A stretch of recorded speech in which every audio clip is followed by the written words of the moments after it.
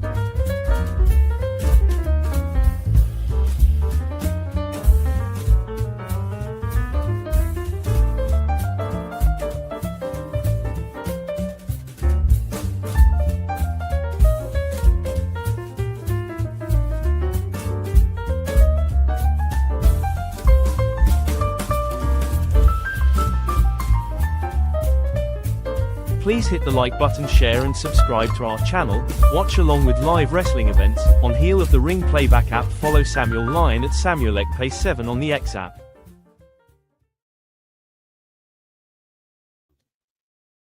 Good morning, wrestling. Good morning, wrestling. Welcome to Good Morning Wrestling with your host, Samuel Lyon, as part of the Heel of the Ring podcast, live on Sports Jedi Network.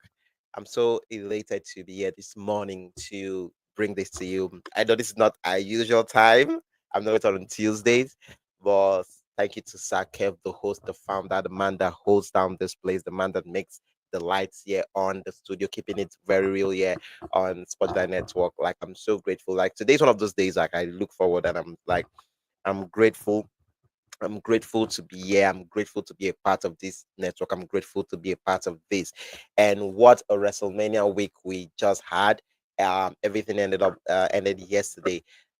Yesterday I was supposed to be here live as always on Mondays, but because of unforeseen circumstances, that I feel really compelled to talk about it, because like this is uh, um this is the part of the this part of the gig that I really appreciate and love being part of, because sincerely it's easy to come here, have that smile and like good morning. I want to add that smile in for everybody. But there are times in a personal life that as Kev will always tell me, and when we have a conversation, it's like this is an escape. This is us living like our realities, like the things we have in our personal life, and just come in here and just be and just come and talk about what we love, and just be ourselves, just be fans, just be viewers, and just come give our opinions and based on how we feel. And that part I always would not take for granted, because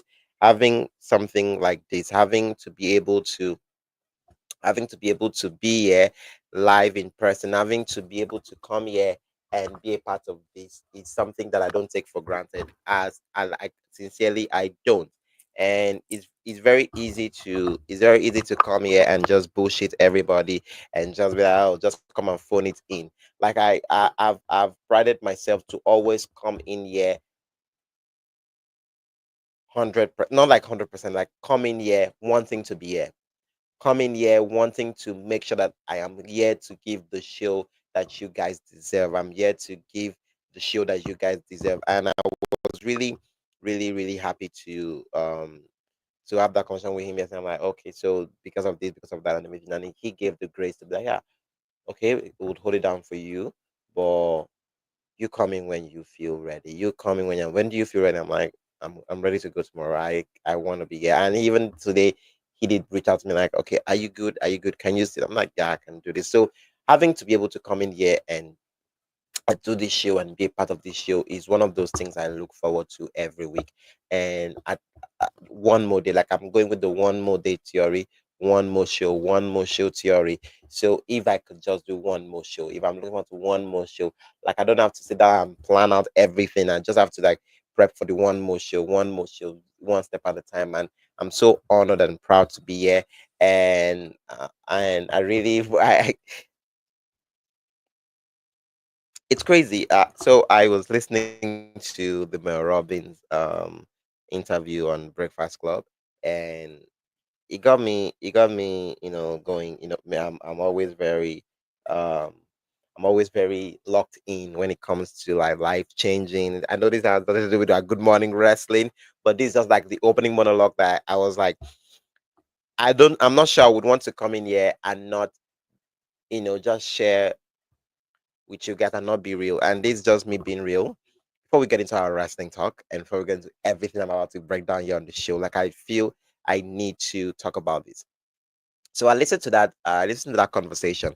I mean, sincerely, it had a whole lot of conversation right there, and the one takeaway there was because obviously she's now doing, I believe, a PR on a book, Let Them Theory, with I believe the Mel Robbins book, Let Them Theory. So like I literally was just going through, like listening to that. I'm like, and one of the things she said is about imposter syndrome. Like I did not really know how, but that resonated with me so much. We always have this imposter syndrome, like, oh, we always feel the self-doubt is you not feeling like you feel like you are phoning it in, you're faking it in. And people we've heard terms like, fake it until you make it. Like we just have a whole lot of things that we've been able to be a part of, like, yeah, as humans and in the world. And getting to hear talk more on this imposter syndrome, the parts that, oh, imposter syndrome is not self-doubt but more about ambition. And I'm like, and she expanded on that. And how did that resonate? I'm like, right now I'm on this show this morning with Good Morning Wrestling as part of the Hill of the Ring podcast, live on Sports Jedi Network. Like, that's the ambition that I have, that's the goal that I have, that's the passion that I have, that's what I want to do with my life. That's what I really that's when I feel like I'm in my highest, one of I've tapped into my highest form, talking pro wrestling, being being able to talk about my opinion, being knowing fully what I will be seen, I'll be heard, like just being part of the community, being part of the network, like that's just being a part of a growing thing, being a part of the build, being a part of like the growth, being a part of something, an initiative, a company. Like that is what fuels me. That is the ambition. And so sometimes I can come in here and I don't feel myself. And yeah, it's okay to feel like that, but most times it's not. Like you feel you're not good enough. You feel like you don't even deserve to be here. You feel all of those things. And getting to understand that, yeah, why should I look at it as a bad thing? Okay, you having that importance, you're like, that is it. When anytime I sit down here and I don't and I feel like, oh, I deserve that, I think I should check that. But anytime I sit down here and I feel like, oh, I mean, it's an opportunity for you. This is an opportunity for you to. This is an opportunity for you. You should be grateful for having this. You should be able to put in your best work. Like that's what it should be all about. The fact that you should be grateful to show up. You should be able to be here. You should be grateful to be a part of this. You should be grateful to push. You should be grateful to be a part of something. And that's what it should be all about gratitude, all about showing up with your best self, all about, you know understanding that yes, you might not feel 100% better, but you are showing up. Like you have criticism, you have everything. That's why even at all every time after my show, I tend to reach out to Sir Kev. Like I'm like, because I understand he will give me the criticism that I much not like much there, but he will not phone it in for me. He will tell me how it is. And just the parts that I would be able to be like, okay, let me go here, let me hear what he has to say about this. Okay, Samuel, you need to touch on it, you need to look at this. Like that's what fuels me. That's what makes me wake up every morning. I'm like, okay, how can I be one more better than another? So just if this could just help out anybody, if this can just be um something that you wake up this morning and you're like, yeah, I resonate, that resonates with me and everything. And in terms of disappointment, disappointment is great. Listening to Mel Robbins say that disappointment is great. She looks at it as being a good thing, come on, and I was like, and I know I have to refer a lot to working, being a part of Sport Journal Network, because exactly that's how I feel. Because there are sometimes like I come to the show and I feel disappointed. That did not go well and everything, and then I've tried to want to get the feedback from the host, the founders, our Kev, and everything. I one particular period of day that he was, I won't really look. I would say that it's as a sense of disappointment, but more of honest assessment and criticism from him. Like, this, that, this, and I looked at it. I'm like, I felt it. I'm like, I'm grateful. Like, I told him how grateful I was that he's able to always, give me the honest assessment and not bullshit it, and not try to pat it, and not try to pad it. At the same time, as a human being, I'm like, oh, he feels disappointed. Like, I should step up my game. I should do, like, it's more of you getting that bond, that honest assessment, that brotherly love, that care, that fatherly love, like just somebody being a part of your life, somebody trying to make sure that you are coachable, you are accessible, you are available, you are showing up at your as your best self, that you are being a fire breathing dragon of yourself, that you're not showing up weak. I'm not saying that weak is a bad thing, but in terms of like you knowing fully well that you are not ready to step up, but you still decide to show up and want to step it better than you did the last time. That is what it's all about. Like me being here, I'm always grateful. Shout out to Sake, shout out to Chris, shout out to everyone that is making this network work. Shout out to everybody that keeps doing the job. They did a great job this past week, WrestleMania week and weekend. They were on live on playback, live reviewing the show, talking about it like they were all in, they were locked in. And I couldn't be more proud to be a part of incredible, amazing people like that pushes the narrative, that pushes the envelope, that tries to better themselves, that tries to be the best they can be.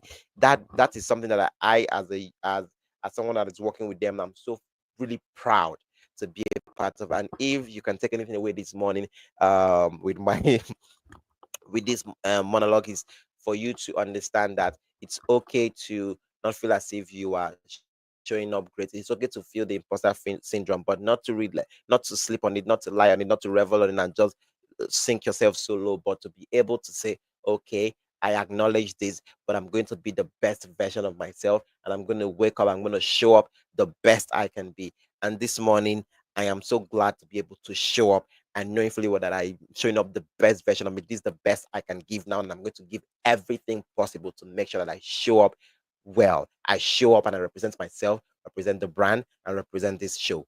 Thank you so very much for for joining this morning. Welcome once again to Good Morning Wrestling. I'm your host, humbly Samuel Lyon, live on Spudula Network as part of the Hill of the Ring podcast. And before we get into the show, we I need to inform you that the offer is still up, the window is still open. We are looking for our incredible ladies, our incredible females in the world of professional wrestling that wants to talk about wrestling, that wants to be a part of the conversation, that wants to be a part of the show, whatever way you feel you can contribute to the world of pro wrestling. I want to inform you this morning that Spotlight Network is opening the window, is opening the door. The floodgate is literally open live on this channel. So, if you're asking how is that possible, how can I get involved, how can I be a part of this movement, here is how you can do that live on Spotlight Network. Sports Jedi Network, the Hell of the Ring podcast, is wanting to start and bring on the channel a women's wrestling podcast. We love to keep growing our audience, looking for eager, dedicated, insightful commentary and unique takes on wrestling news. We're impactful voices in the podcast arena. If this sound like you, please reach out to me and we want to create wrestling content together. Email me at bxjedi76@gmail.com or RDM me at bxjedi76.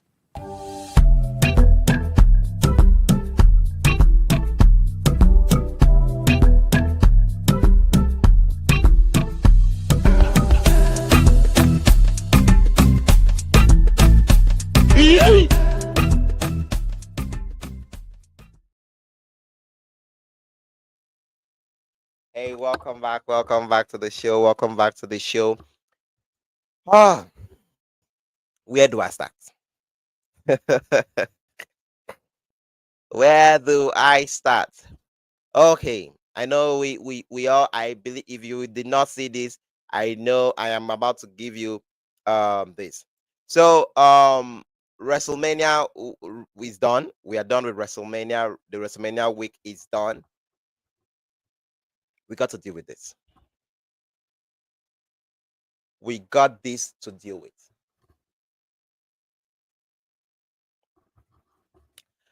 So a couple of months back,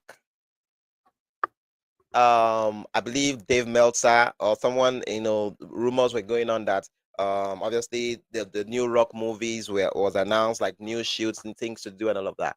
And everybody was just up in arms. Oh, The Rock is not been involved in the WrestleMania season. Oh, Netflix debut, Raw on Netflix, the Raw Netflix debut. He came out. He he he literally was the one that crowned or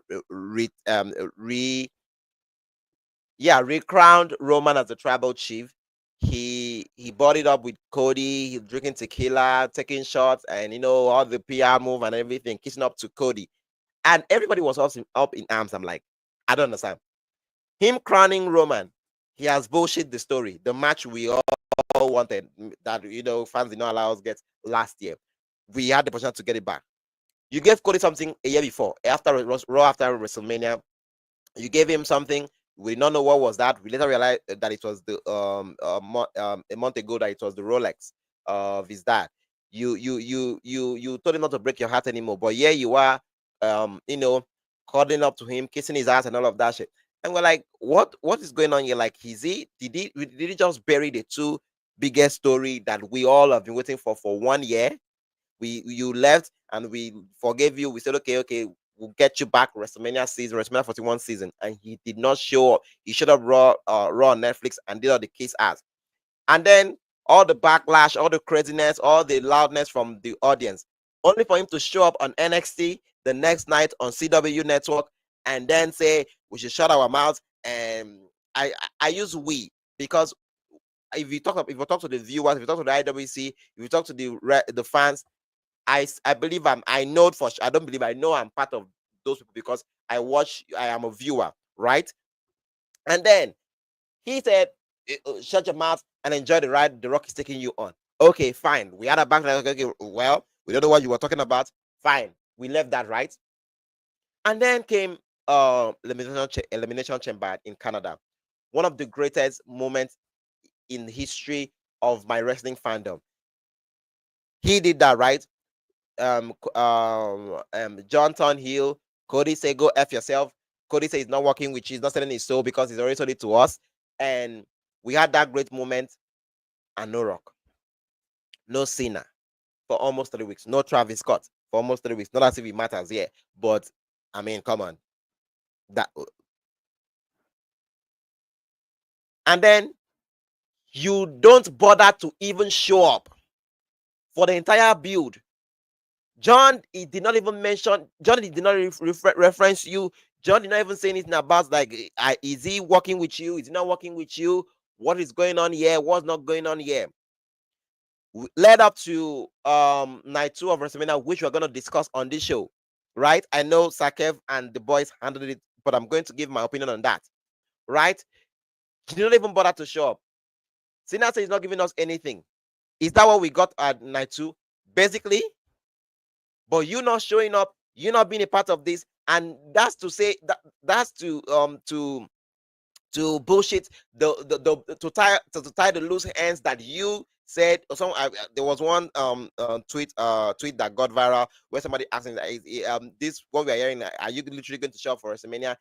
Are you not going to be a part of the WrestleMania? But he said we should not believe the person should not believe the bullshits that happen on their shits. You don't believe the dead shits, right? And we were like, okay, there's no way you can have WrestleMania 41 without The Rock. We sure them did have one without him. He did not bother to show up. Raw after WrestleMania did not bother to show up. But you got announced. He's going to be on Pat McAfee's show in a couple of hours. He's going to be live on that show. To do what? So your t-shirts, your merchandise was on sale. You did not show up. Oh, The Rock will be in Las Vegas. The Rock has finally come back to Las Vegas, but you better not to show up. This is one of the things that gets me so mad with, you know, I'm a Triple H guy, true and true, because of what this man did in Black and Gold. Like, I wasn't really a fan of Triple H as a wrestler. I love me the John Cena's, the Daniel Bryans. Like, I wasn't a Triple H guy, but I, I will be damned if I say that appreciate what that man did with Black and Gold brand. I fell in love with that man as an executive. I fell in love with that man as the leader of that brand, and that's where the love stems from, right? But I can't sit here because he's the one that runs the place at the moment in terms of creativity, in the creative and what we see on TV and everything. Yes, Netflix might have a say in it. Yes, the TKO board might have a say in it. Obviously, yes, the TKO board of director, The Rock, definitely has a say in it. His team, his $7 team, everybody might have a say in it. I get it, but at the end of the day, it's Triple H that is in the helm of that. So all the blame, all the boss, all the crazy rants would definitely go to him. So for this man not to literally show up for the WrestleMania week, and Triple H will always tell you by October and November, WrestleMania is set for him. And I believe, and I was telling this to Sakev on the show, I'm like, the fact that I can't sit here and tell you that the company did not actually book WrestleMania, did not actually run WrestleMania and not have this man factored in the biggest way, shape, or form. This man not being a part of this WrestleMania really made everything look lackluster, made everything feel as if it was small, made everything look like a big raw production on a big budget. It made everything feel so crazy. And the night two main events we got, talk about it deflating everything. It was just so crazy. And you sit down there and you tell me that you are not going to show up in Las Vegas, but you're going to show up on Pat McAfee show to do what? Like, literally, I just can't literally wait to see what he has to say on that show. And I hope he doesn't have anything to do with wrestling, because at this point, I've literally given up on wanting to listen to him. I really listen on him in part of the show. If you're not going to be committed, just stay with your movies, just stay with your show, just stay being the board of directors, get your money, get your payment, and just leave us the F alone. Because it's crazy to literally, I mean, we are fans, we're the audience. We literally waited for you for 1 year. 12 months. You showed up strategically. You showed up at Bad Blood. You did the 3 sign. You did this. You showed up at Raw on Netflix. You did what you did. You came to Elevation and you burned out to show up for the rest of the build. And you let everything black. And we're going to get to that. Having Travis Scott. And I mean, did he take the sweat time walking down the ramp? I when the music hit and he was out there, him standing on that ramp for like almost, let's say, 30 to 40 seconds. I'm like, okay, is the final boss music about to hit? Now is the Rock coming out? Nothing. He went out there and did what he had to do. And I am left seated there. I'm like, what is going on with this company? What's going on right now? What are we have to do? And let's be real, the right decision happened. Cena becoming 17, making history. Yes, that was, but like the way we got there, and him not bothering to show up only to be announced that he would be on Pat McAfee show, that pisses me. I know I just finished, listening to Mel Robbins. Let them. I will let The Rock do what The Rock has to do. But this is how I feel, and I'm gonna feel it. And I just wanted to get that out of my system because I couldn't imagine this WrestleMania would be done and dusted, and he not be a part of it. Only for him to not show up, but he's coming on the talk show. He's coming on the Pat McAfee show. Let's be real, he's on ESPN. It's the biggest show in sports. McAfee doing a nice job. I don't know if McAfee will be on the show because of what happened on Monday, which I'm gonna get into. But The Rock not bothering to show up on WrestleMania, not bothering up to show up on the build, not bothering to even do anything for the build, not even sending in a satellite video, nothing. And it's going on Pat McAfee show. That shit right there, doesn't sit well. It doesn't effing sit well. We have a chat here by Hanson Terrell. So Hanson Terrell said in the chat, hi there, happy Earth Day. How was your Easter last night? Terrell, thank you so much for sending in the chat. Amazing. Like, I was just home with family, just basically there, home with family. Just literally, I was under the weather. I'm recovering. I'm still on my meds. I'm still trying to get better there. Obviously, crazy thing going on life wise and all. But basically, I'm good. I'm good. And hopefully you're doing well. Hopefully you're having a good day. And thank you so much for tuning into the show. Hopefully get more contribution and thoughts from you on WrestleMania week and all of that. So sincerely, that's it for that's it. So this the rock thing really got me so messed up, and I'm like, damn, like I couldn't believe. Well, obviously, as fans will tune in and see what he has to say on the show, on Pat McAfee's show. So we would so where do I start? Where do I start? Um, I believe we should go with the big the big the big news, the big. So these are our morning tea, the morning tea live here on Good Morning Wrestling with your host Samuel Lyon. So we just morning tea is basically a segment where we try to break down, not break down, try to run through the biggest news as of right now. Obviously, one of it being The Rock coming, being on Pat McAfee's show. What is he going to say? How is he going to say it? What's going to happen there? We don't know. We'd love to see how that goes on. So literally, the first one, the biggest news, one of the biggest news here is now that Paul Heyman,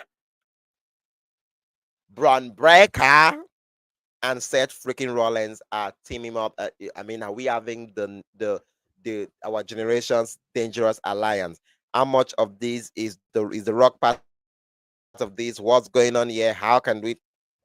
So last night, I'm gonna go into it when we are reviewing Raw, but just to breeze through it, it's great.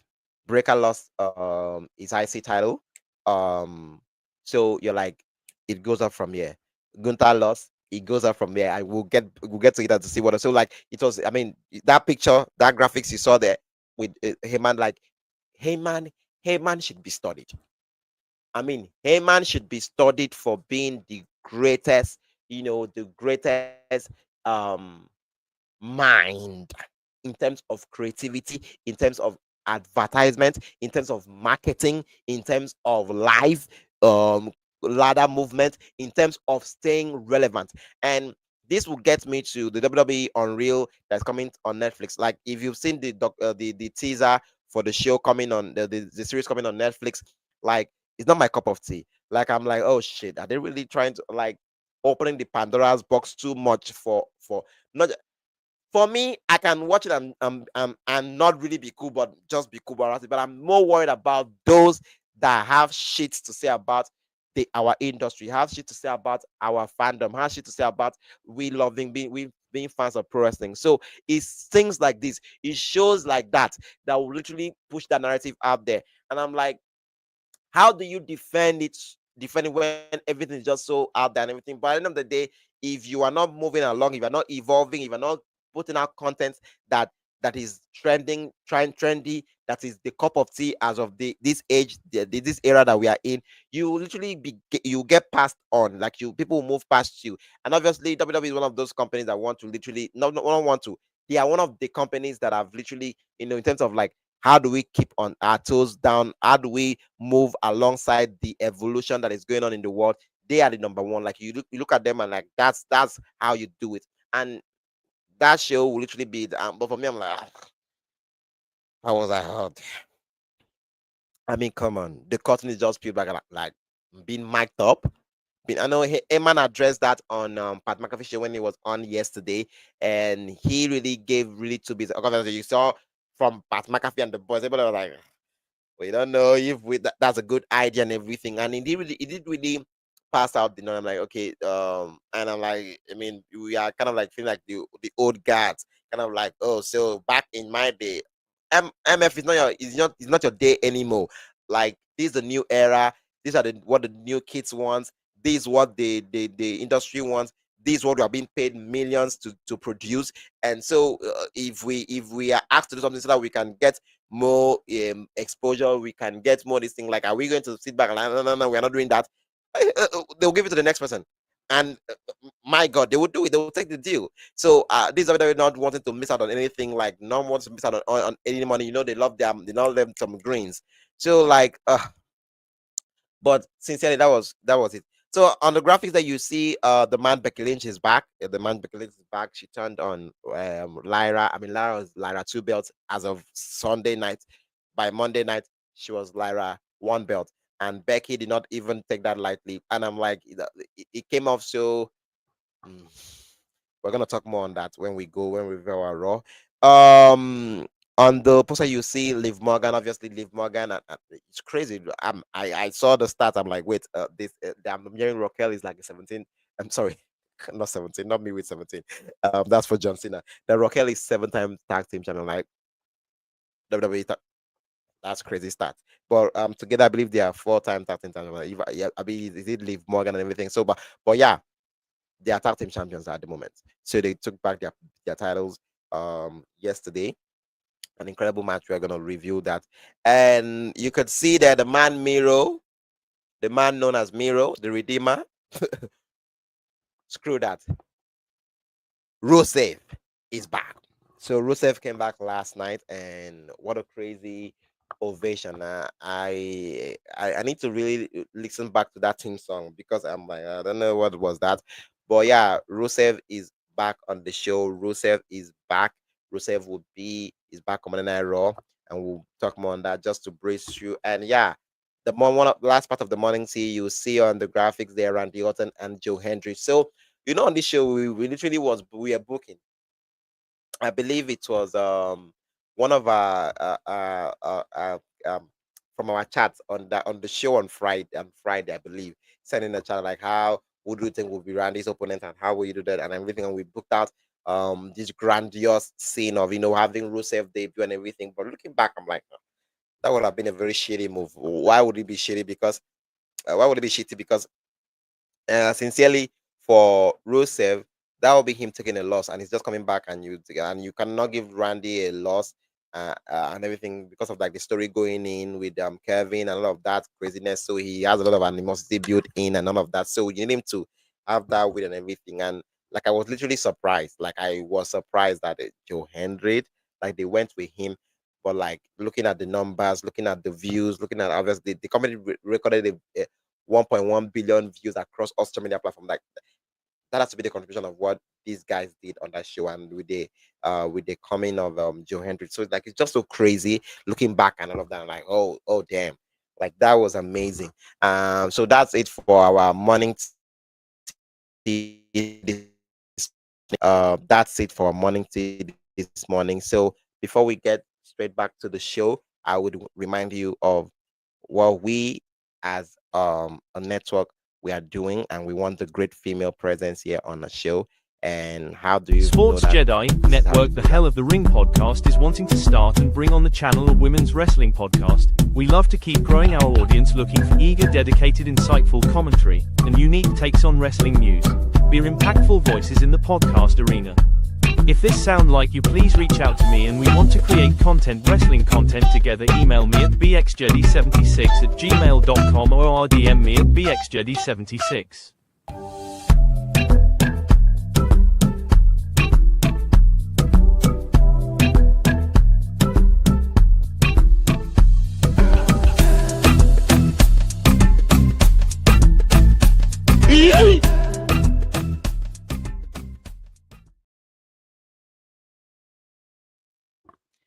Hey, welcome back to the show. Welcome back to the show. As you can see on the graphics there, the WrestleMania. So we're gonna go straight to WrestleMania week. I really want to start off with Triple H and his Hall of Fame induction. I mean, it was powerful. The Hall of Fame induction of 2025 was amazing. I mean, I woke up. The show was live here in Nigeria by 6 a.m. in the morning. Imagine the show going up going off by 6 a.m. in the morning, and I consumed that, and it was really powerful. Listening to all he had to say, and obviously all the inductors. Congratulations to all the inductors that was on the show, and all of that. But one of the things that I really wanted to uh one of the things that I really wanted to push on was like his Hall of Fame speech. Like obviously he had a lot to say on that and everything. Like you could sense that throughout the night he was just going through the emotion of trying to like run through it and not mention Vince. And I'm like, is he really going to like do this and not mention his father-in-law? Because at the end of the day, I like the way he did it. I love the way he did it. I don't know if I wrote down something on that. Uh, yeah, he said how what I think more of how you interact with others matters. Triple H on on change. Like there's a lot of things that said. Michelle McCool induction too was amazing, but why I would go Triple H was that he said something very pivotal. The way he talked about it, like when he went to his father-in-law, like Vince, and I like the way he said, like he reviewed that. Obviously you can see that I was trying to go through it without coming to this, but there's no way I can stand here and accept this honor and not mention him. Like the fact, like that resonated with me because like you don't have to like the way Vince turned out to be. You don't have to like the way everything happened. Like Vince as a human being, you can criticize him for everything. His business as a businessman, you can criticize him for anything you want to do, and like you can put on your critic. Like that is you. That is you. You can have your own. But at the end of the day, that's his father-in-law. That's the grandfather to his kids. That's the father to his wife, and that's the husband to his mother-in-law, and that is also an in-law to his parents, and an in-law to his siblings. Like these are the relationships, and that was his boss. That was the man that took a chance on him. Like all of these relationships is really very hard to just go and just throw everything, burn the bridges because oh that happened to him. That's Vince. That's on Vince. Whatever Vince did, that's on Vince. But he cannot take away the fact that he has ties with him in all of these ways. So I loved the way he handled that. I loved the way he addressed that. I loved the way he went through that route and the way he tried to like, okay, this is why I need to talk about him, and this is why I have to talk about him because there's no way I can stand here. Like he shows how mature him and how mature that was one of the maturest way, if that's even a word, in terms of maturity. And that was like one of the best way someone has ever, been able to bring up somebody controversial uh without having it come off as if oh they want to do all them. Like it was a way of like this is it. This is what is going on. Like this, like it was just like a whole lot. So I'm just getting a notification button from WrestleNomics that the attack on which I'm gonna get on. Let's see if that's it when we get there. So it was just like a whole lot, and I just sat there and I'm like, there were points in his induction speech that brought a tear or two to my eye because I'm like I felt like a man.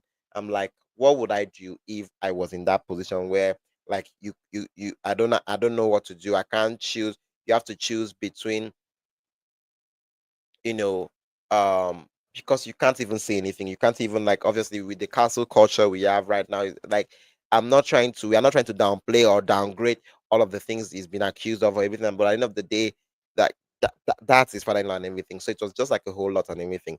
And also for Michelle McCool too, amazing, amazing. The story she had to tell. Like slogan and everything, but Michelle McCool really resonated too with me. The story she had to tell, the way she had to go through as I believe one of the don't let the noise around you drown out the truth inside you because your calling is greater than their commentary. Failure doesn't injure story is what defines it. Every every comeback needs a fall, worthy worth fighting through. So like it's just like a whole lot of things, and you sitting there to say like every failure doesn't injure story, it's what defines it. Like that's crazy. And you could personalize that in different ways. You could look at that in different ways. Wrestlers could sit there and be inspired and empowered by what she said. You as a viewer can sit down and listen to that, and that resonates with you. You as a fan, whether of ours or of our husbands, like in any way, you could sit back to you, and that too resonates with you. And I love that so much, that she could come out there and then say all of things. And I love that every so much. And congratulations to all of the inductees with Bret Hart and Stone Cold, with everybody was just on points. Like everything, I was literally, it was so funny seeing those guys out there so late, and I'm like, damn, they really need to look at this situation of like, how can we best do this? It was a grandeur scale. Fans, it was scaled back. There was more of the wrestlers. Love that. The hijacking wasn't much because we had lesser fans. It was so, and it was also so late. And so, like, I just wish they will have to sit down and think about this. And like, what do we have to do?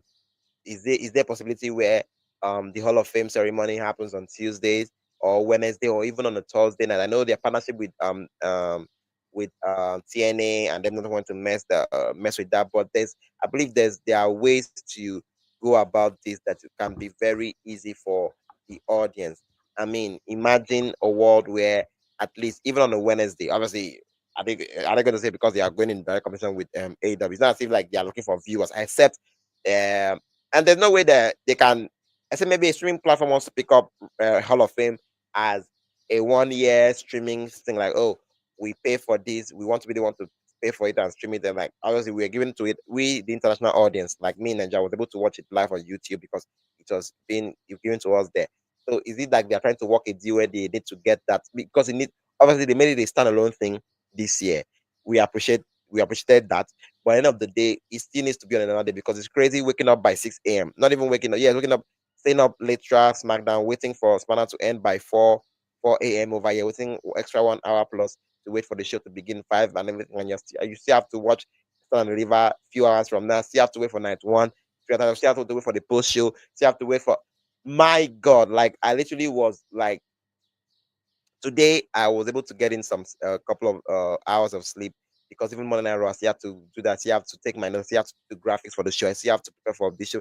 It was just like a whole lot, and I'm like, I can't imagine the content creators that went out to Las Vegas. I can't imagine those over both in US and outside US that are literally locked in this game, trying to put out things like wrestling fans all around the world, like what they had to go through this week to like all the contents that was made available for us, all the podcasts, all the series, are like literally I've still not consumed a lot of them. And I'm like, this show, Good Morning Wrestling, is all about me, consuming and coming to reflect on it here on the show and making sure that, oh, if you loved what I'm talking to you about, you can go check it out. And everything. Like, that's really literally what this show is really all about. So, like, me still having a lot of logs to take in and backlog or like it's just like a whole thing. So that was it for the Hall of Fame. Stand and Deliver was amazing. Stand and Deliver was amazing. I love um I love the I love the fact I love the triple threat. It's crazy how everybody was like for me I was like this is I felt like I felt like this is a transitional year for WWE, both the NXT brand, the main roster brand, because everything everything was just like a a a way where they're trying to build. They're trying to like put back themselves and everything, fix things in ways they can. So it was just like a whole lot. Excuse me.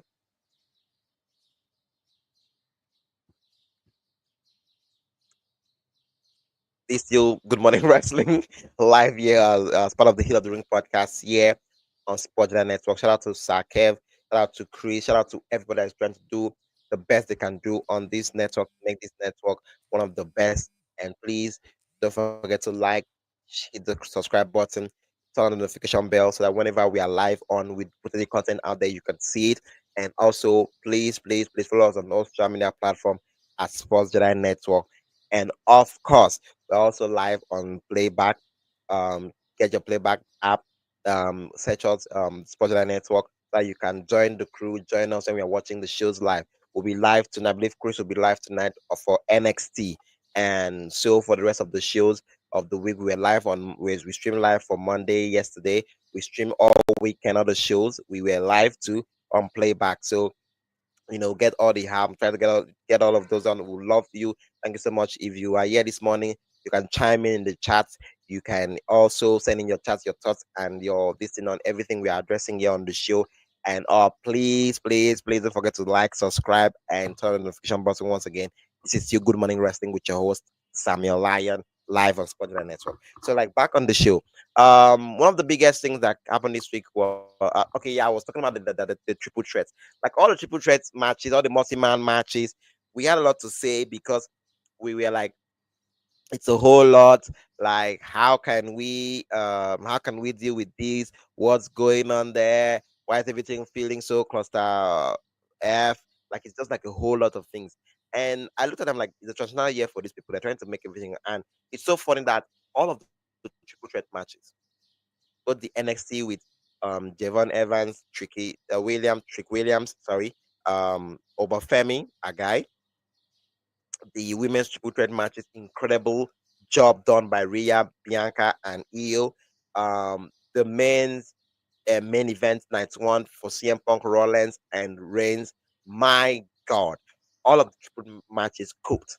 You could even they even stand alone on their own. They even made they have like a wall of their own where you can like literally rank those matches. Like, oh, which one was number one, which one was number two. Like it's just like a whole lot. And it's like I'm like checking out those the ones that was heavily critiqued are the ones that stood out. It's as if the company was like, okay, so we hear you, we see what you're trying to do there, and we're gonna show you why we believe that this was the best thing we need to do. And I love what they did there, and it was amazing. So yeah, thank you. So like it was just like a whole lot. So yeah, you could see it's now 117. And I'm like, I know I did a rant earlier on the show with the rock and everything. I literally the right that was like literally the right result for me. Like I was okay with Cena becoming the 17 times champion.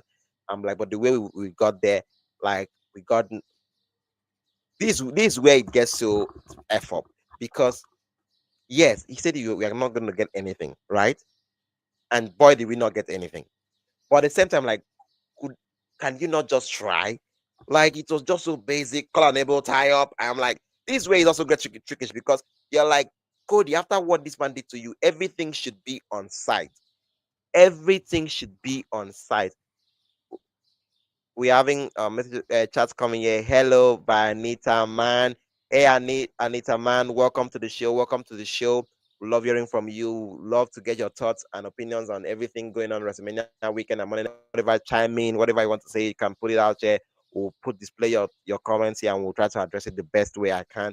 Thank you so much for chiming in. We love you. Thank you so much for everybody chiming on the chats.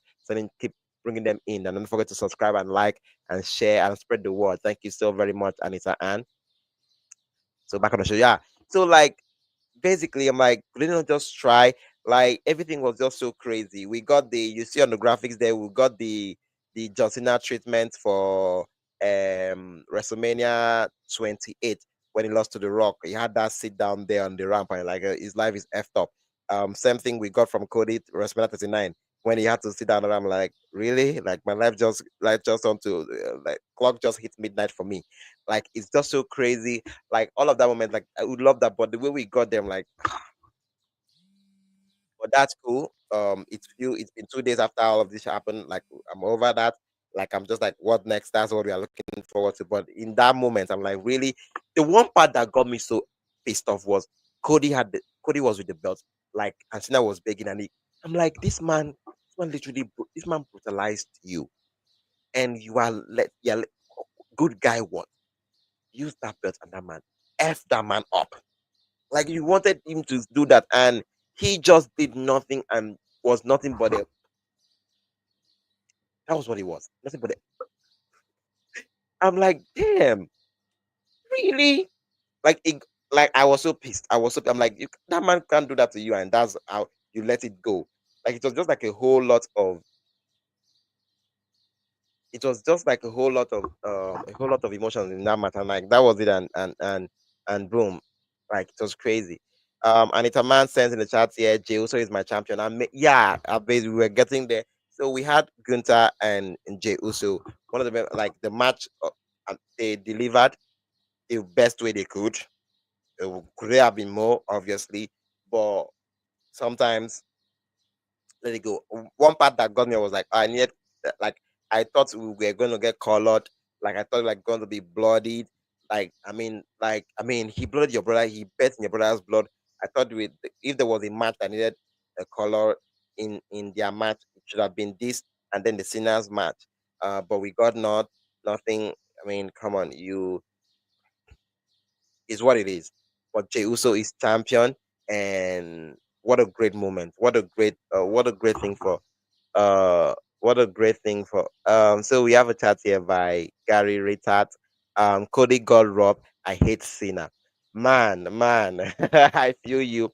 I feel you so very like I believe if this was as close to what we got last year, because right now WWE is literally competing with themselves. I believe if this was at least a bit close to what we got last year, people will, even if someone like Garrett feeling what he's feeling right now, sorry, Gary feeling what he's feeling right now, it would have been a bit easy to palatable to consume because they're like, okay, we got this. So you have a lot to blame on, but he literally felt as if he was being cocked. Like was so like such a letdown, and you're like, is this if this what they were gunning for, to make it feel as low, as let down, as dry as what, if this was what they were gunning for, then they achieved their aim. They got me, and they got their aim. They were able to get what they wanted. But at the end of the day, like, I couldn't sit back here and not feel that way. I'm like, damn, they really did do this, and it really came off so crazy. And I'm like, they did not go well. So Naomi Jade, I mean, it was what it was. It was what it was. I was happy for the sisters. I mean, the sisters did so incredibly well. Two black women going there, and having. I mean, for Naomi, she has been a part of this company, and so we got a chat earlier by Chris. Hi, Chris. Let's go see now. Come on now, Chris. Come on now. Come on now, Chris. You had to come to this morning. Good morning, Chris. Welcome to the show. Thank you for tuning in. I really appreciate getting to hear from you. Yeah. So I was just so happy getting to hear from I'm getting to see from see me. I'm happy to hear from Chris, by the way. Um I okay, so Anita said it like I was literally about to go in on this match. So Naomi and Jade had a match. Incredible for the two sisters. Like I mean, we've been seeing two black women go out there and have this moment was amazing. But during the match, I'm having a plane fly above me right now. I was so concerned Jade nipple were all out. So I need to address this. So throughout the match, the women had to wrestle more with their dress, with their bra, with their. There was like I'm like, what happened? I was watching it. I'm like, literally, I was watching with family. I'm like, at one point I look at my God, but I'm like, ma, I'm like, ma, did they not cross? Did they not check the dress before the show? Like, I mean, I believe that the gear should be ready before like a day or two, or maybe I mean days before the show. Like, they need to fit it in. Like, I'm like, these two ladies are trying to like they you were seeing constantly throughout the match. Naomi was pulling up on her dress. Jade was doing the same thing on her gear. I'm like, what happened here? Like, what's going on? And like, it's as if they were more concerned about like literally having like their tits out there for the world to see than the match, because it was just like I'm like, what happened to their gear? Why?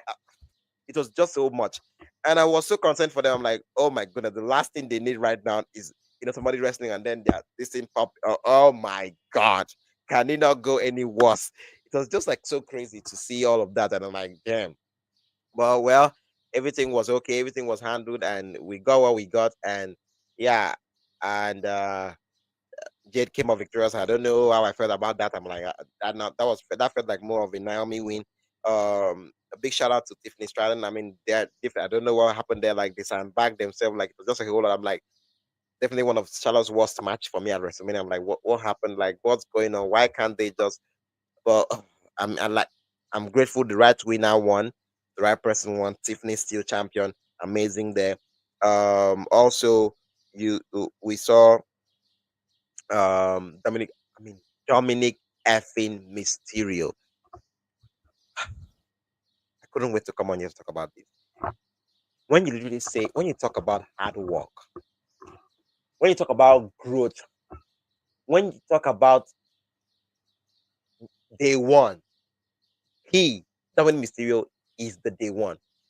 Like hearing the crowd pop for him, hearing that pop, hearing that audience literally on him and everything, it was also crazy because I'm like, just 4 years ago at the first ever WWE but castle is it Clash at the Castle at where was that? Where was that? Ah, damn, this the country they were. I know it was not Glasgow. It was that Clash at the Castle. The first Clash at the Castle was in I know one of those European countries, and it was amazing to see when he turned on his father and Edge. Like that place literally went ape shit. And since then, this guy literally has been the worst heel. I mean, he turned heel again. Like is the first that I've seen that was a heel and then turned heel more heel when he left Rhea to go to align with Liv Morgan. That case outside SummerSlam after their match and everything. I'm like I had this all along. Like it was just so much. And then to see how he's evolved, like talk about evolution. Dom and Rhea are the two people that you look at like this is what evolution looks like. This is what hard work looks like. And I was so proud. Like the fan in me, and I was like, I don't know if that was supposed to be the result, if they caught an audible. Like, I don't care what happens, but the fact that Dominic came off, it was like that stadium. You could see, I still love the fact that he's still keeping his heel, but you could see, you saw it in him. Like, the boy knew that, yes, when you hear they've arrived. This world, when when you hear fans, somebody wins the championship, you hear you deserve it. Like Dominic is one of those ones that the rare ones that you look at. I'm like, indeed, they effing deserve it because he did deserve it. Like after all the work he has done, I mean, there were times that he was pulling up Raw, SmackDown, NXT, going on live shows. Like he was CM Punk's first ever match. Like it was okay. Yeah, thank you and thank you, Anita. Wales. It was in Wales. Thank you so much. Was it Cardiff, Wales? But I believe it was Wales. Yes. Thank you so much, Anita, for coming in there and helping me out there. I was getting blocked here. So yeah, it, Wales. So for he turned heel there on Edge and his dad and everything, and that was a beautiful moment. Like that was like, oh shit. But like amazing to see, amazing to love. Like you love the moment and to see him get this. Like love him, hate him. You will sit there and there's a part in you that you'll be like you were proud because you've watched him grow up in your eyes. Like I literally um have watched him grow up in my eyes. I mean, this was the same boy that was attacked by um Brock Lesnar. Uh oh my god. Oh my god, Gary with the crazy speaking of Wales, where is that? Oh, I, ju- I know he did not just call Naya. Let's not get in there. Let's not get in there. Well, I don't know what's going on with Nia Jax. I don't know what's going on with Nia Jax. I don't know what's going on there. I hope she's okay. I believe she's fine actually, but obviously not everybody will go to WrestleMania and all of that. I'm grateful she got a moment in additional chamber at into whether in Toronto, yeah, I believe Toronto, yeah. She got a moment there and everything. But it's just like a whole lot of things looking back and like what's going on and all of that.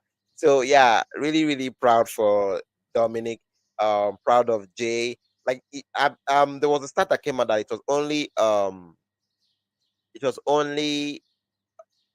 believe who it was only Tiffany and Lyra that went to WrestleMania and came back with their titles and everything. Yeah, it was that's crazy. No, she's not. She's not. So it's like just like a whole lot. So yeah, sincerely, I was just really so proud of them and everything they did and the work that these wrestlers did on the show.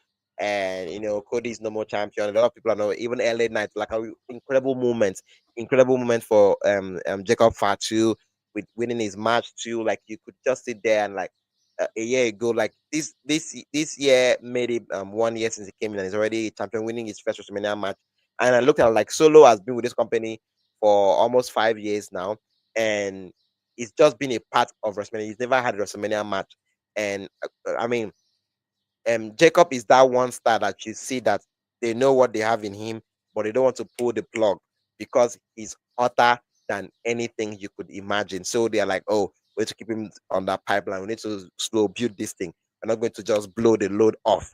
And I love the fact that he got it. I mean, I love the entrance by him and Solo coming there to have the WrestleMania moment with him. I love Elena pulling up in one of the best fits, and I love the car and all of that. Yeah, best one of the best match of the night and best match of WrestleMania weekend. One of the best match of WrestleMania weekend. And I thought what they did in that match was incredible. They did a great job. And Jacob coming up victorious, I was kind of shocked because I thought that maybe we're going to have something with Solo, having that story go on. But I love the fact that we got we got him to win that match, and it was an incredible moment having her crew, the family coming there. I love that. I don't know if that was arranged, but I like that was an incredible moment, and you see it in Jacob's eyes, like he's the man. Like you should, like literally, we should be watching out for the Fatu machine. Incredible. WrestleMania was amazing, and like literally, I sit here and I'm like, I mean, we got the good and the bad, and it was just all that amazing. And I'm so grateful to be able to come in here and share my two bits on some of those things. So the last part of our show this morning is reviewing what we got on Monday Night Raw. Monday Night Raw was crazy. Like that's the one word to use and describe that show. That show was crazy, man. It was crazy, and we're gonna dissect it on the Lions then section right there. Where do I start? I start at the top of the graphics. You see Randy and John there, and I'm like, when we when we got that ad with that the poster for backlash at St. Louis, where the hometown of Randy, and Randy was the poster boy, and we had Cena there. People were like, "Oh, is Cena winning?" And if Cena winning, so we got 209, 2009 and 210 back on our TV screen. And remember when I said I was gonna do it, I was going to say what I saw on the view. So I got a notification from WrestleNomics on X that the full segment with the attack on from Randy to John has surpassed 3 million views already on WWE YouTube's channel. That's to show you the investment and the eyeballs and the noise that has already gathered. And to see a world where Randy is now the baby face in the story, it has for decades. There's never been that when it comes to these two people. These two people, the face of my childhood, the feud of my childhood, the fight forever of my childhood. Randy and John Cena. That is the people I grew up watching. That's the people they like the cat and dog. Those are the two people we refer to when you're like the good guy, the bad guy. Randy has always been the savage. So to see him being the good guy here, I know my guy Raphael will love this shit. Like he will love this so much because he is a fan, a huge fan of Randy. And with Cena winning now, Randy gunning for him, I know for sure he's so elated, and I'm going to talk to him after the show today. I know for sure he's going to be so elated. I'm so pumped for all of this. So like I love the fact that the face of our childhood, they're getting to run it back, and the presence of mind for Cena to shout the oh shit, and then the RKO, that was peak cinema. Like that was amazing. And I mean, we got the "We are sorry" chant from the fans, and like just so crazy. I like the fact that he was pointing out, like, Cena is a bad guy with like a whole lot of truth bombs. Like, I like the fact that he dumps it all on the audience because it's so crazy to see that they're about to move past Cody. They were booing Cody on Friday. He had to turn it back on them, and they got cheered back. They booed him, so like significant boos from him on night two during that main event and everything. Like it was just like a whole lot of things going on there. And I'm like, what's going on? How are they? Why are they treating him like this and all that? So to see him try to like dump it back on them and call them out on their craziness and all of that, and this is why he's not a fan of them no more because they did that. Like it's like a whole lot of craziness, and yeah, like I was sitting there, I'm like, what is going on here? So there's like a whole lot of scenario going on. I'm like, that's crazy. So to have Randy come out and hit that RKO and the story is on. We'd love to see where this is going. We'd love to see how what the story will be and how they can drive our interest. Already, you could see with them surpassing 3 million plus on 3 million plus views on that segment alone. That's to show you the interest. I don't know. I don't know if that. I don't know about this the stats on it on X on your X and everything, but that's from the YouTube alone. And on the next one, you see the graphics on Carrion Cross. So I would like to keep the Carrion Cross segment for last.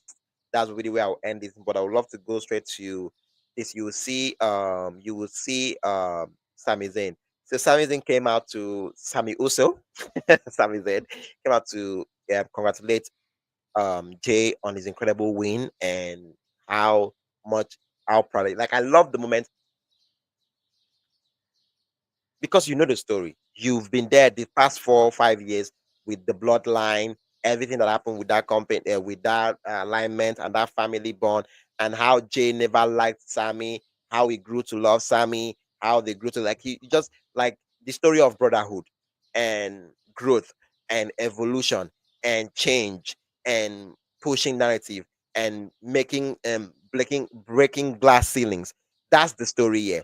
And that moment where Jay was up there and Sammy was down here, and that look, and the audience went with, "Oh my God!" On Raw After Mania, it's happening already, and that not happening. I love that. Like I love the tease. This is the one thing. This is the one thing that I have to give credit to. I always give credit to Triple H.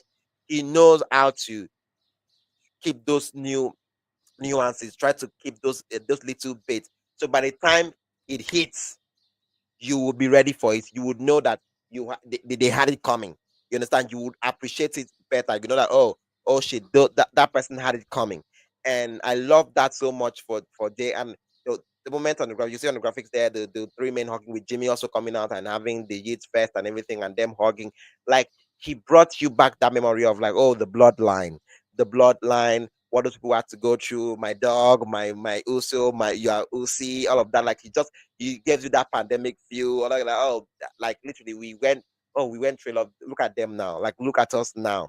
So it's just like a whole lot of story all in one, bundled in one moment, and with the future also being teased and the foreshadowing, like just like a whole lot.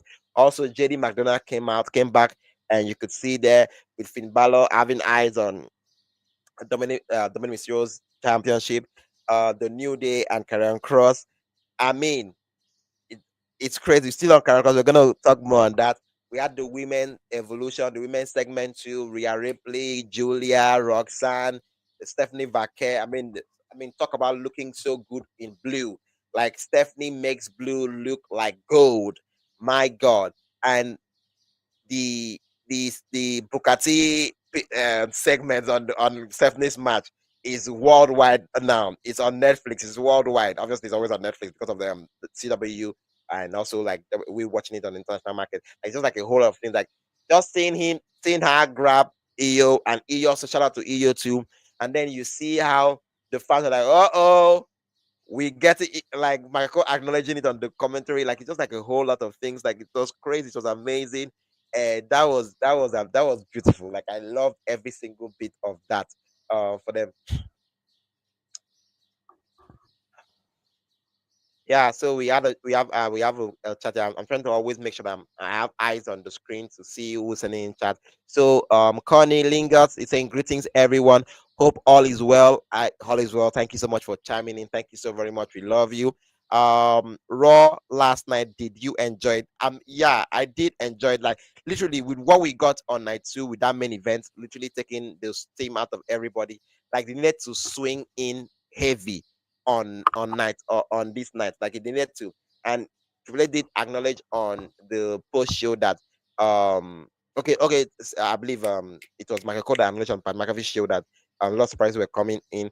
Coming on the show, and if you have not watched the Pat McAfee show where we had Paul Heyman on, Heyman is a master class. Like it was just like a whole lot. Him having that jab between him and Michael Cole, like talking about how you went with the highest bidder, meaning WWE. Oh, Justin, if you could not offer you better, I'm like just like a whole lot of jabs going on, and with the fans, and crazy. Heyman is the bomb. And to have this new dangerous alliance right back on Raw with Heyman alliance himself with Roman and sorry with Rollins and Braun Breaker, and seeing Reigns down on the mat, beaten to stupor. Same with CM Punk. Like it's just like I'm like I can't wait to see where this story goes. Like what's going to happen? How are we going to get this? What's like it's just like a whole. It's legendary. Like it's just like a whole lot. And I mean, you couldn't write one. You couldn't write one Raw after Mania better than this. Like it was like a crazy scenario. Rusev is back as we address on our morning top tea. The man Becky Lynch is back turning on Lyra. Like it was like a whole lot of craziness. Like you couldn't keep tabs. Like it was like match after match, crazy matching of thing after thing going on the show. One of the biggest things that happened on this show was Gunther attack on the commentary team, Michael Cole and Pat McAfee. Like you are like, holy shit! Like that's the one thing that like. In as much I want to give Triple H shit for some things like obviously that main event we got with Cody Cena, but like it's things like this that makes you like you believe in him and his ambition and like the vision he has. Because how are you going to reheat Gunther? How are you going to reheat Gunther? Like where does Gunther go from here? I mean, it comes off narcissistic. Like like you see Gunther as someone that because he always sees himself too much, he always sees himself too big. So to see him attack Pat, because who has always been the one that obviously they are competitors, they are commentators. That's their job to critique the what going on in the ring, to critique the story they have in their midst. And sometimes you might say, oh, favoritism is involved because for Pat McAfee, he loves Jay. For Michael, he's seen this boy grow up right in his eyes. Like literally, since this boy was a kid, like he knows this kid and everything. So like his professionalism might come off as if he's biased or like he's been tilted because of like, oh, Gunther will feel that kind of thing. So to see him come out there and attack them, it's kind of like, oh, it's as if Gunther acknowledging. I mean, they question Gunther like, oh, Gunther is mad, but Gunther is feeling as if he's not mad, and Gunther is coming to say he's not mad, like on last Monday. So him coming to attack them proves that indeed he was not okay. He is mad, he's angry, but he's always saying that he's cool, he's okay, like he's fine, like he's in control of his emotions. He's not like Jey Uso, that he's not in charge of his himself. You just tend to look at it like in a whole lot of scenario and like what's going on here, like that attack. And love the fact that Pat went to defend his tag team partner, is the person he's hosting talking Raw with. I love I love how everything just navigated through that scene, that narrative. Like it was just like a whole lot. And my God, great visuals. Having Pat was turning blue, black, like Pat was already turning blue. Like I love the fact that is show host. All of them try to uh so like I love the fact that so Gary Ritter at sending a chat, he said Gunther should have not lost to Jay. I feel you on that. I feel you on that. Maybe most of us felt that way too. Kinda we're like, oh well, but like for the story is like it needed to happen. Like where would Jay would where how would Jay go from there? And this story that we're about to have with Sammy and Jimmy, we don't know if Jimmy is the one that is gonna turn or Sammy is the one that's going to turn. Like the foreshadowing is everything. Will not have that if he does not win, and will not have this incredible story right now with Gunther attacking the team. And you're like, what? Why the attack? Is it because they are trying to say things that he feels is not aligned with him, that he feels attacked personally by it? Is it because uh, so like it's just so crazy. Anita is chiming in here. I believe this is the reaction to what Gary had to say. Anita says, "No way, no way. Jay is much better with fans. Amazing. Yeah, that's the point because like the stories we're about to get with Jay. Actually, let's just see from what we got last night. I'm not saying no, that's what we are getting, but I'm just like from what we got last night, the tease we got last night with the Sami Zayn look, and then with Jimmy coming in. We don't know if Jimmy would now attack his brother. We don't know if Sammy would be like. We don't know how this thing was gonna get. It's just like a whole lot, and get it. Everyone that Karrion Cross as we are going to get back on that Karrion Cross situation so that we will call it a show this morning. For every person that Karrion Cross has literally had an altercation with or have come in contact with, they've all turned bad. They've all turned heels. They've all turned rogue. They've all gone rogue. So like it's just like a whole yeah. And it Connie Logan's glad Sami Zayn's back in. Yes, exactly. So like it's just like a whole lot of scenario, a lot of whole situation going on there. So just back to this the Pat McAfee stuff. So to just see how all these guys literally went, because imagine maybe me, Sakev and Chris and the crew, we went to the bar, and then I'm attacked. I'm damn sure the guys will not be seated there and not do anything and leave it to the security to come and handle it. No, everybody will try to come and get in. And I love the fact that we're being held back. Like you could do, like, what's going on here? Like, what's good? Like the Nigerian military came out there, waiting this up. I'm like, waiting this up here. Like, what's going on here? Like, it's just so crazy. Like, what's like you could have like the urgency, the sense of like, oh my god, like what's going on here? Like, it's crazy. Like, that is what Raw Aftermath is all about. Like the pump, the circumstances, it's going down, it's about to go down, is madness over here. That's what Raw Aftermath is all about. And they gave you that feeling. You got that with the main events with Rollins, with Roman, with CM Punk. I mean, Roman is working overtime right now. Like we do with the way Roman has been working, like it's as if he's working overtime right now. WrestleMania season is over. He's still on the show. He's still being part of it. Like it's just like a whole lot of craziness and downness coming on over there. And man, like Raw was crazy. Raw was amazing. And like I said, we are gonna end the show on like the Karen Cross station. So Karen Cross was on Raw recap with um Sam Roberts and Megan Morant. And I mean, come on, I need to give Megan Morant this shout out. This lady was pregnant a couple of weeks ago. She gave birth, and I believe she missed one show. And she's back in shape, and she's like literally still. I'm like, oh, did she even take up to 2 weeks? Like I literally like. I mean, that should be studied. Like she's literally very strong. Like she's literally like I was when I saw that I'm like, wait, she's back. But she was literally pregnant a few weeks ago. She gave birth, and Biggie came into feeling for her that week. And like, I mean, literally, this is what happens when you love your job. This is what happens when you're like, your goal is like, I need to. And I'm like, I can't imagine. Like this a special shout out to Megan Morant.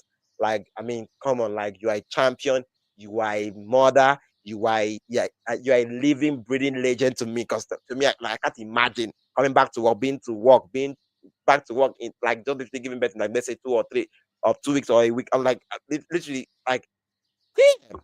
So so he was Karen Cross and Scarlett were on that show, and literally Carrion went rogue.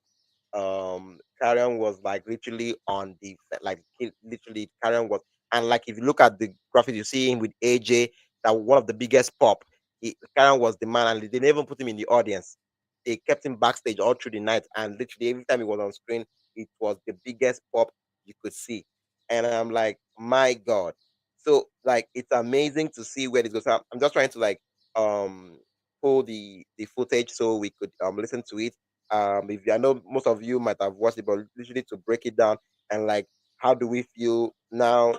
How awesome it is! Let's talk about how awesome it is that Logan Paul just won. And let's talk about, Sam, let's talk about what Logan Paul represents. The shortcut. Feels so good to be here. Feels so good to be in the business, thinking about all of the funerals that I wasn't able to attend for the last 11 years in this business, all the holidays I miss. You know, I could have just started a YouTube channel, could have just jumped in there with AJ Styles. Feels really good, right? It's awesome. It's really good. Do you guys know we have 25 years combined experience, and what are we doing on Mania? Well, they know because they're normal human beings, and they actually love professional wrestling. But apparently, that doesn't mean shit anymore. It doesn't mean shit. All I asked Helen to do was for once to not think about just himself. Think about everybody in the back and think about the professional wrestling fans. That's all I wanted him to do. Sometimes to do the right thing, you have to do the wrong thing. But he's a narcissist, and he had to do it his way. Hey, Alan, how many more WrestleManias do you have in your system? Probably, I don't know, one. Maybe this is the last one, and you just pissed that away. For what? For what? For your way? Thanks a lot, bud. I really appreciate it. You want to know what the best advice I ever got? It was from Bill Goldberg. 2021, back when I was in the Twilight Zone, you know what I mean? I'm wrestling for gasoline. It was awesome. Let me tell you all about it. Bill goes, hey, Cross, you know what? You remind me a lot of me. I go, I think we have different styles, Bill, but I really appreciate that. Do you have any advice for me? He goes, you know what? You just got to be a good soldier. A good soldier is what he said. So I decided to be a good soldier. You know what happened? They released me. And then I come back. You know what? Being a good soldier gets you, everybody here, just so in case you're wondering. I believe I'm gonna pause it here so that we can get into this bit by bit. You like everybody was just up in arms in terms like, oh, Karen Cross has just gone rogue. Karen has gone this. Karen has gone like literally mad. And like we are just all centered on like all of the things he was saying that was like literally looking like, oh, that shouldn't be something you should be saying. But like I'm like listening back and watching this back. And obviously this thing has gone viral. It's gathered millions. Everybody's on Karen Cross's case. The fact that he was, you know, it was a work shoot. He's addressing what is going on on TV, on screen, because he has an ongoing issue with AJ, calling him Allen. Like literally, he's not calling him AJ Styles, he's calling me Allen is by his government's name. Like what? Like he shouldn't be doing that. I'm trying to address. Okay, yeah, address that. Sorry. Sorry, I'm just so. Hi, Harry Tate. So Harry is saying, "What's up, guys?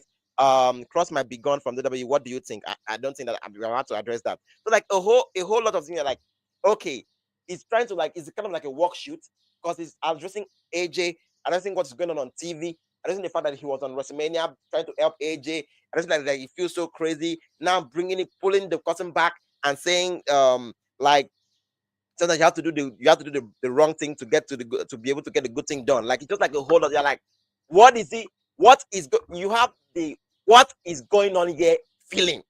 Like what is going on here? Is it a work shoot? Is it mad? Is it obviously he's mad? Obviously, you can physically see that he's angry. You can physically hear that he's angry. You can hear the tone. But the parts that you're like, I'm trying to understand the base, the foundation, the basis of this rant or this emotional impassion speech or promo, like whatever is going on, like what's going on, what am I supposed to make of this? Like the reaction from Scarlett, like, oh my god, like literally almost grabbing him, like, boy, like what are you doing?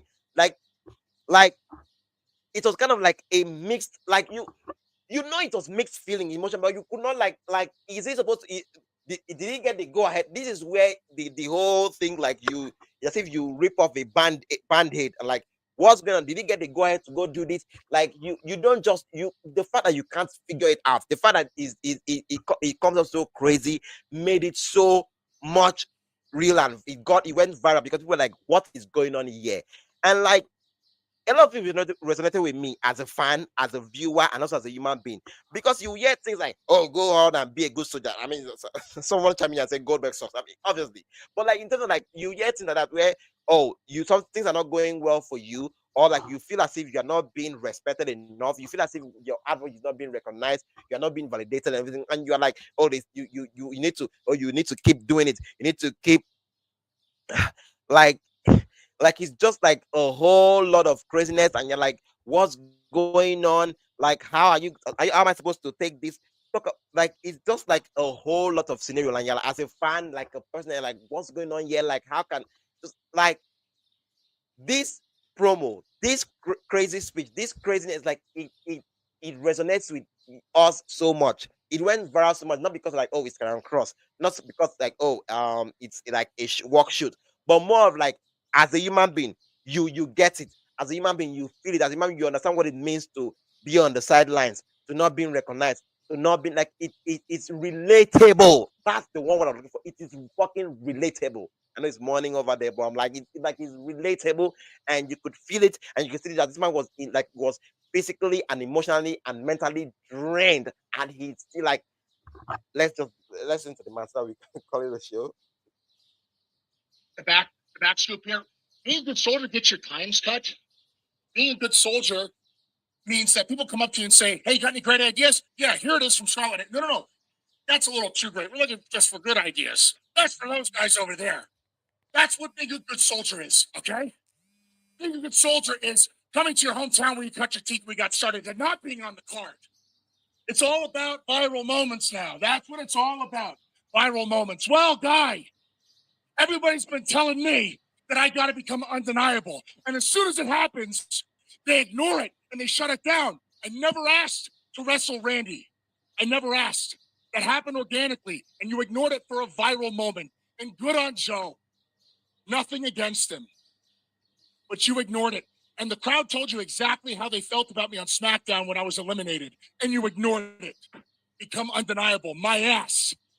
My ass. You want a viral moment? On behalf of all of the true fans of professional wrestling, guy with the suit and tie in the truck, go fuck yourself. That's from Killer Oh, shit. That was the part that got me, because I'm like, there are times that personally for you, you have the go F yourself moment. You're like, I'm done. Like, I'm just done. Like, I am not doing this their way anymore. I'm not gonna let them no more. It's all let me. It's about let me. It's go F you. I am not doing this with you no more. I'm not trying to be with you no more. I'm not trying to do it your way no more. You say I want to, I should go be undeniable. Boy, am I going to be so effing undeniable that you yourself cannot touch me again. Like, you will not be able to. Like, I love that about him. I love the fact that, like, go. There's one thing. There's one thing I love every time Boston Pumbulire used to share when he and I believe is he and the taxing partner, they went longer than expected, and they knew for sure that they went longer, but it was because of, like, the crowd was so into it, and they were like, as professionals, they wanted to, like, get that moment and everything. And he shared the story of, like, when they went back, like, literally they were just going straight to the back to the curtain, and Vince was right here in their face, like right here in his face. Like, literally, he was fuming, he was pissed, he was mad. But one thing he said during that thing, like always the way with me, was the fact that he said Vince told him, he told them, like,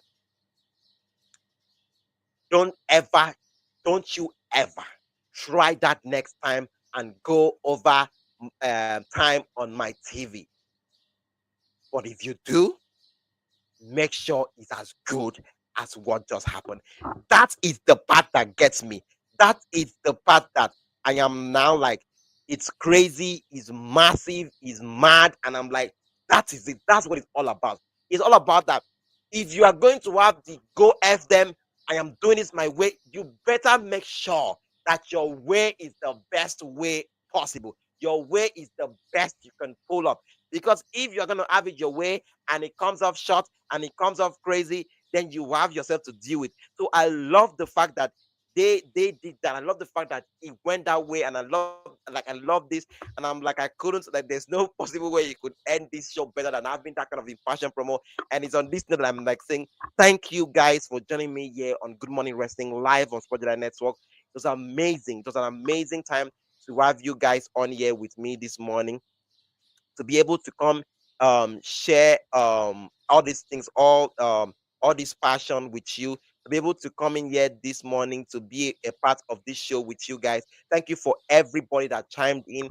If you chimed in on the show, thank you. I'm so grateful. Shout out to Sake, shout out to Chris, shout out to all the guys from the UFC crew, to the NFL, the NBA, the NHL, the wrestling crew, everybody that is putting on on this show. We address The Rock, we address the Raw after Mania, we addressed night 2 and night 1 of Mania, we addressed the Hall of Fame, we address so much on the show. And if you're just coming on the show, thank you so very much. Shout out to Ben Dover. Rock is going on Pat McAfee show. Yes, by 12:15 he should be on the show. So in few minutes the Rock should be on the show, and I promise to check that out and come here live tomorrow morning to break it down here for you. I love you guys so much. Thank you so much for joining me on Good Morning Wrestling, and we love you so very much.